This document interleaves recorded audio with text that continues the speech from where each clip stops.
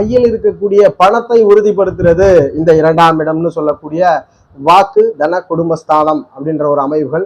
இந்த பாவம் ஒரு ஜாதகத்துக்கு நல்ல நிலையில் லக்ன யோக நிலையில் அமர்ந்து விட்டால் அந்த ஜாதகர் வாழ்க்கையில் கொடுத்து வைத்தவர். அவருக்கு அமையக்கூடிய குடும்பம் மகிழ்ச்சிகரமாக இருக்கும். இல்லறம் என்பது ரொம்ப மகிழ்ச்சியோடும் சந்தோஷமாகவும் துணைவர்களோடு குழந்தைகளோடு அருமையான ஒரு குடும்ப கலாச்சங்கள் ஜாதகருக்கு கிடைக்கும். அதுபோல் 2ஆம் இடம் லக்ன யோக நிலையில் அமர்ந்து விட்டால் ஜாதகருடைய வார்த்தைகள் எல்லாம் சமூகத்துல முக்கியத்துவம் பெறும். இவர் பேசினார்னாலே கண்டிப்பா அந்த இடத்துல அந்த பிரச்சனைகள் தீர்க்கக்கூடிய நிலைகள் இந்த 2ஆம் இடத்துல உறுதிப்படுத்துகிறது. அதுபோல ஆரம்ப நிலையில் இருக்கக்கூடிய கல்விகள், ஒரு அடிப்படை கல்வியில ஒரு ஜாதகர் வலுவாக தேர்ச்சி பெறுவாரா அப்படின்றத இந்த 2ஆம் இடம் குறிக்கிறது.